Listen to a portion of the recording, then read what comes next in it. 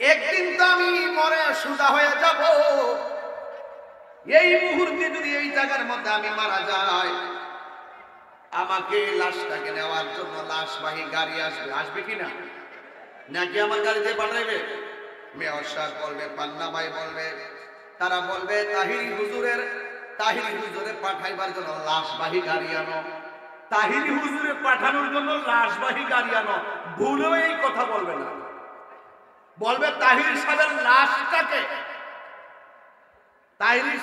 লাশটাকে লাশবাহী গাড়ি দিয়া পাঠানোর জন্য ব্যবস্থা করো। উঠানোর সময় বলবে লাশের পায়ে দর, লাশের মাথায় দর। বাড়িতে নেওয়ার পরে বলবে লাশের জন্য চাটাই বিছাও, লাশের জন্য পানি গরম করো, লাশের জন্য মাইকিং করো। কথা বলেন না কেন? ঠিক ঠিক বলেন। জানাজার মাঠে গেলে বাস্তবতা শুনুন আমার কাছ থেকে। একজন ইমাম সাহেব অথবা আপনার ভাই দাঁড়ায়া বলবে যে উপস্থিত মুসল্লিয়ানে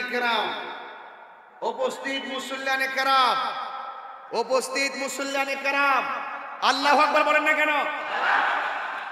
এটা বাস্তব, হাসির খুরাক দিচ্ছি না, এটা বাস্তব বলছি। দাঁড়ায় বলবে উপস্থিত মুসল্লিয়ানে কেরাম, এই উপস্থিত মাইয়েত আমার ভাই দীর্ঘদিন আপনাদের সঙ্গে চলাফেরা করেছে। চলাফেরার ভিতরে যদি কোনো ধরনের অন্যায় করে থাকে, তাহলে মেহেরবানি করে তাকে আপনারা মাফ করে দিবেন।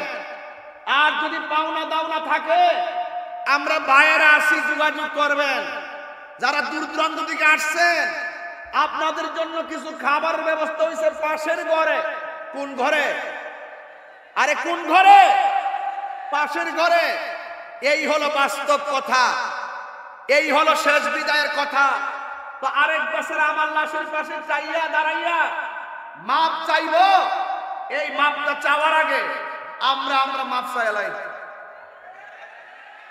ঋণ থাকলে পরিশোধ কইরা লাই, ঝগড়া থাকলে মিটমাট কইরা ফেলাই। আরে তুমি যারে কষ্ট দিয়েছো, সে অভিমান করে অনেক দূরে চলে গিয়েছে, কিন্তু তুমি তোমার মাকে কষ্ট দিয়ে ঢাকা চলে গিয়েছো, তুমি তোমার বন্ধুকে কষ্ট দিয়ে বিদেশ চলে গিয়েছো।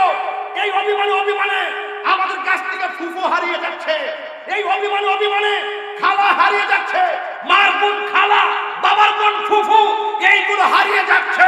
আসো উল্লাপাড়ার মানুষ, সিরাজগঞ্জের মানুষ, হাতে হাত রেখে বলি, অভিমান যা করেছি আজ সবাইকে মাফ করে দিয়ে আমরা এক হয়ে যাব। কথা বলেন ঠিক কিনা?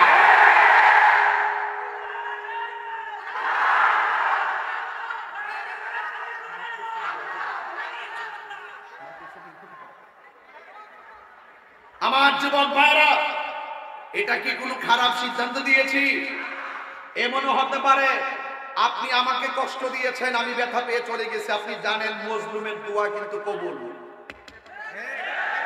তো আপনি দূরত্ব চলে গেছেন, তার কাছ থেকে ক্ষমা চাওয়ার আগে হয়তো আপনি কবরে চলে যেতে পারেন। কথা বলেন ঠিক কিনা বলেন? এই জন্য আমরা ক্ষমা চেয়ে নিব আজকে উল্লাপাড়ায়। এই সিরাজগঞ্জের মানুষ ক্ষমা চাইতে রাজি আছেন কিনা? তাহলে আমার সাথে গজলে ক্ষমা চাইবেন। পারবেন? যে ডিস্টার্ব করতেছেন, এটা কিন্তু মনে রাখবেন। শুধু এই দুই পাশ যে ডিস্টার্বটা আমাকে করতেছেন, এটা মনে রাখবেন। সাবধান বলে দিলাম।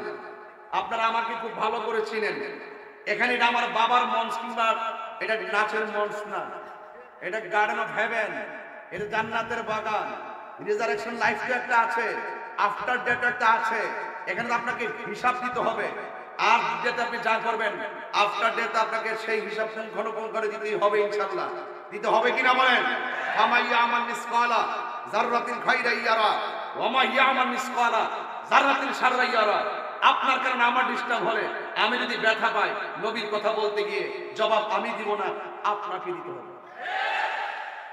লাস্ট ওয়ার্নিং বলে দিলাম, সবাই কণ্ঠ মিলিয়ে একজন আরেকজনের কাছে ক্ষমা চেয়ে নিব। রাজি আছি সবাই?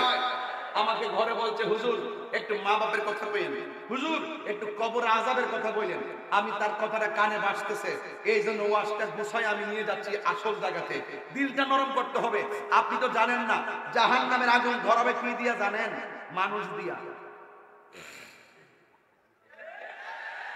কি দিয়া? ওয়াকুদুহান নাস ওয়াল হিজারা উইদ্দাত লিল কাফিরিন।